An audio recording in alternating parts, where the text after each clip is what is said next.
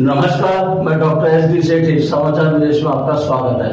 आज हमारे साथ हैं अखिल भारतीय परिवहन मजदूर संघ के सचिव ओम प्रकाश बैरवा जी। आइए उनसे बात करते हैं। नमस्कार जी, बैरवा जी, आपका स्वागत है हमारे स्टूडियो में। आज हमारे बीच आपने डीटीसी के जो तमाम इस समय हालात चल रहे हैं उसके बारे में चर्चा कर ली आपसे, क्योंकि आप मजदूर संघ से जुड़े रहे हैं और डीटीसी से बहुत पुराने जुड़े रहे हैं, रिटायर भी हुए उससे। कब, कौन से साल में आप रिटायर हुए, कब आप ज्वाइन किए उसके बारे में थोड़ा हमारे को बताएंगे? 2016 अगस्त में रिटायर हुआ मैं जी, और 1978 में मैंने ज्वाइन की थी। उसके सबसे पहले आप शुरुआत करिए इसके इतिहास में, डीटीसी का क्या इतिहास रहा है? मैं सभी को नमस्कार। ओम प्रकाश बैरवा, अखिल भारतीय परिवहन मजदूर महासंघ का एक्स सचिव, इस नाते से सभी को नमस्कार।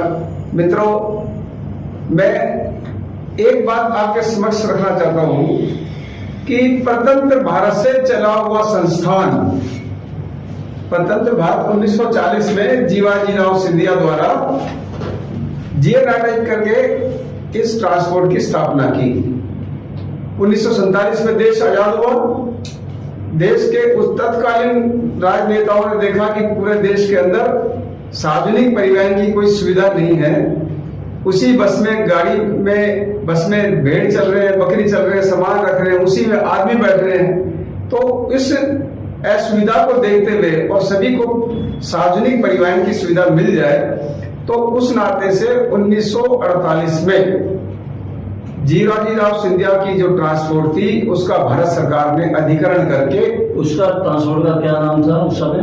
उस time GNIT, Gwalior northern Indian transport limited, अच्छा, लिमिटेड थी ये।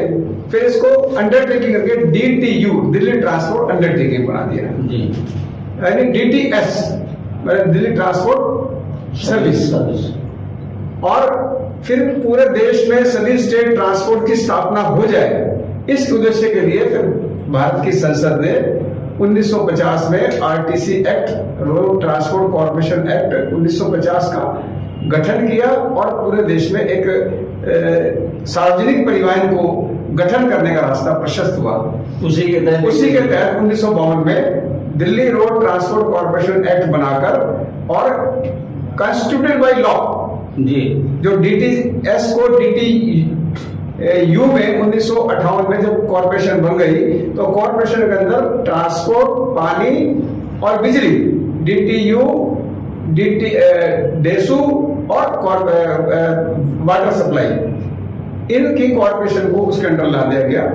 और 1971 में आकर तत्कालीन प्रधानमंत्री स्वर्गीय श्रीमती इंदिरा गांधी द्वारा और इसको फिर एक ऑर्डिनेंस जारी करके कॉर्पोरेशन से निकाल के फिर सेंटर में इसको शिपिंग कॉर्पोरेशन के। आपने पूरे इसके इतिहास के ऊपर रोशनी डाली। मैं ये पूछना चाहता हूँ, जिस वक्त आप काम कर रहे थे डीटीसी के अंदर, उस वक्त की पोजीशन और आज की पोजीशन में कितना फर्क है? बहुत फर्क है। जिस वक्त हम 1978 में आए तो उस वक्त युवावस्था में थे, 21 वर्ष की आयु थी, 9 डिपो थे और आदमी भी बहुत लिमिटेड थे। लेकिन उसके बाद फिर इसका विस्तार हुआ। 1980 तक आते आते उसके बाद तक 44 डिपो हो गए और 54,000 के करीब लोग हो गए। उसमें 1,000 सुविधा बस के नाम से जो अंडरटेकिंग बसें चलती थी वो चलती थी।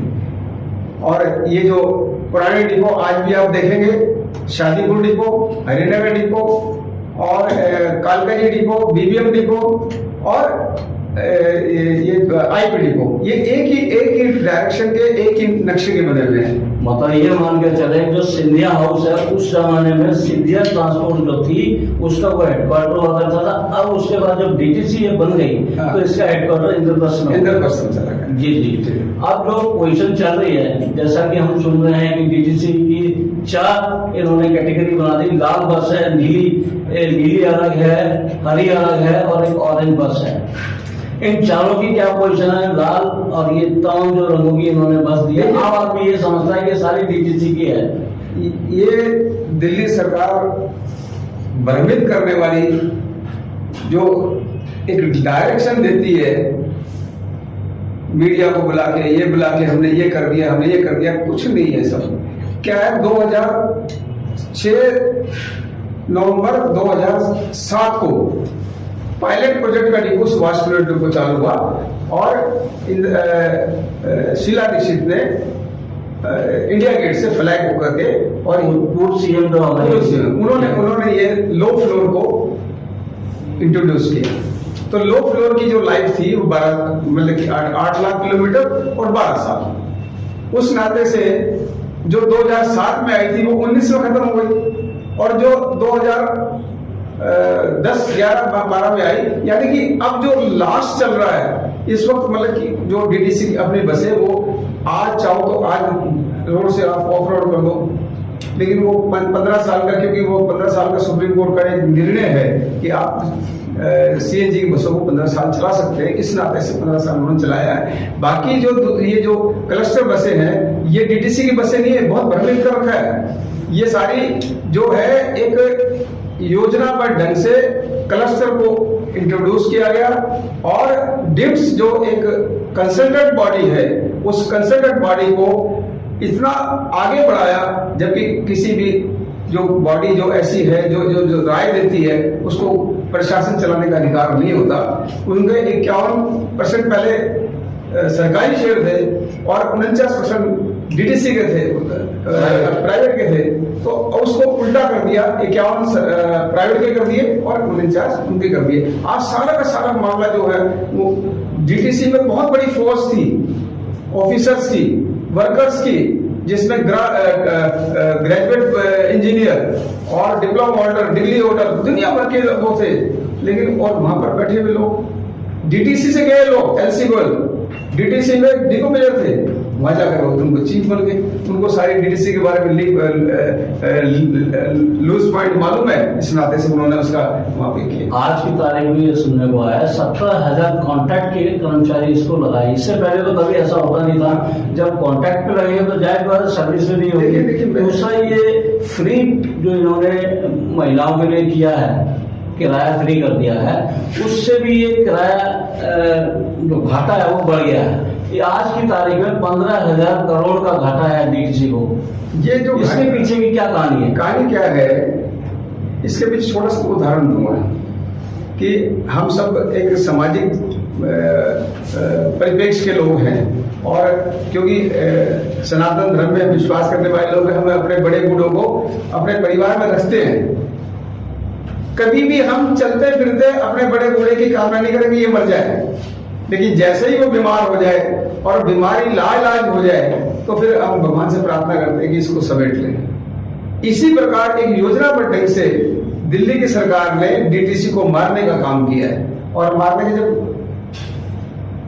तनख्वाह देने के लिए पैसे नहीं है, पेंशन देने के लिए पैसे, 3-3 महीने की तनख्वाह पेंशन हुई है बुजुर्गों की।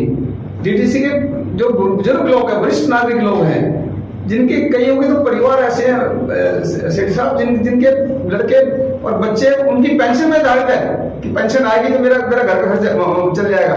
सभी ऐसे साधन संपन्न वाले 3 महीने में अगर ना मेडिकल स्कीम भी नहीं है, पैसा भी नहीं है, तनख्वाह भी नहीं है और ना उनकी वो ये पेंशन है, तो कैसे घर चल रहा है? देखो, कमाई का साधन तो दिल्ली सरकार ये कह रही है कि हमारे पास फंड की कमी नहीं है, लेकिन बावजूद उसके कि जो रिटायर्ड कर्मचारी हैं उसको उनके लिए पेंशन देने के पैसे नहीं है। 3 महीने हो गए उनको संघर्ष करते हैं, उन्होंने न जाने कहाँ का पत्र लिखा है कि जी पेंशन को दिया जाए, आश्वासन के सिवाय पेंशन आज तक नहीं मिली है उनको, और यही हाल करेगा उनके कर्मचारियों का भी है।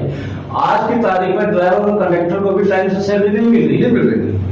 मैं आपकी जानकारी दिलाना चाहूंगा, ये पहली बार नहीं है, 2015 में भी कैबिनेट नोट है जिसमें मतलब कि केजरीवाल ने मना कर दिया था कि पेंशन नहीं दी जाएगी। 6-7 महीने तक पेंशन कुछ नहीं मिली थी। वो फिर मेरे द्वारा पूरा इस पर प्रयास किया गया, भूतल परिवहन मंत्री को, नितिन गडकरी जी को और प्रधानमंत्री जी को, इन सबका इंटरव्यू करके फिर मतलब कि वो पेंशन चालू हुई। गोपाल राय श्रम मंत्री थे, उन्होंने अपने प्रयास किए चालू, लेकिन आज की डेट में क्या है, 3 महीने हो गए, 4था महीना चालू हो गया, पेंशन देने को राजी नहीं। उन बुजुर्ग आदमी जो खाट पे बैठा हुआ है, अब सारे लोग दिल्ली में थोड़ी है, कोई हिमाचल का है, कोई राजस्थान का है, कोई हरियाणा का है, कोई पंजाब का है, रिटायरमेंट के बाद अपने घर चले गए। कई लोग ऐसे हैं जो बिस्तर पे पड़े हुए हैं, जिनको लाने के लिए बोलने की एक आदमी की आवश्यकता है, वो कहाँ आ सकते हैं? किस प्रकार का दैनीय जीवन उनका हो गया है। और ये महाराज जी कहते हैं कि भाई हमारे पास तो पैसे की कोई कमी नहीं है, कमी नहीं है तो भैया पैसे क्यों नहीं है, पेंशन क्यों नहीं? इसका जवाब तो है नहीं। अभी हाल में ही 1500 ई जो बसें हैं, इलेक्ट्रिक बसें, इनकी खरीद के बारे में चर्चा है कि उनको दिसंबर तक लेके आएंगे और 100 बसें अभी हाल में इन्होंने सड़कों पर उतारी है। उसकी मायापुरी डिपो से वो खड़ी हुई बसें हैं जिनको इन्होंने सड़कों पर उतारा था, वो सारी तमाम बसें जितनी भी है ब्रेक डाउन होकर सड़कों पर जाम लगा रही है। उसके बारे में थोड़ा डिटेल बताइए। मेरा इसमें कहना क्या है, बिना शोध के कोई भी काम करोगे, आप घर में भी कोई काम करने जा रहे हैं और आपने उस पर कोई पूरी तरीके से बच्चों से परामर्श नहीं किया, पत्नी से परामर्श नहीं किया, स्त्री से नहीं किया, और कोई काम करोगे तो गलत हो जाएगा। तो बिना शोध के आपने इतना बड़ा निर्णय कैसे कर लिया? और ये जो इलेक्ट्रिक बसों को चलाने का निर्णय तो ठीक है, लॉस्ट टाइम में ये हो सकता है कि जो हमारी जो रेवेन्यू है, जो हमारा फॉरेन करेंसी है, वो बाहर नहीं जाएगी और यहाँ हम इसको मतलब कि बचा लेंगे। लेकिन प्रेजेंट में तो देखना जरूरी है ना कि इनको चलाने के पीछे मतलब कि आपको की मानसिकता क्या है। वही बात आती है कि ये सब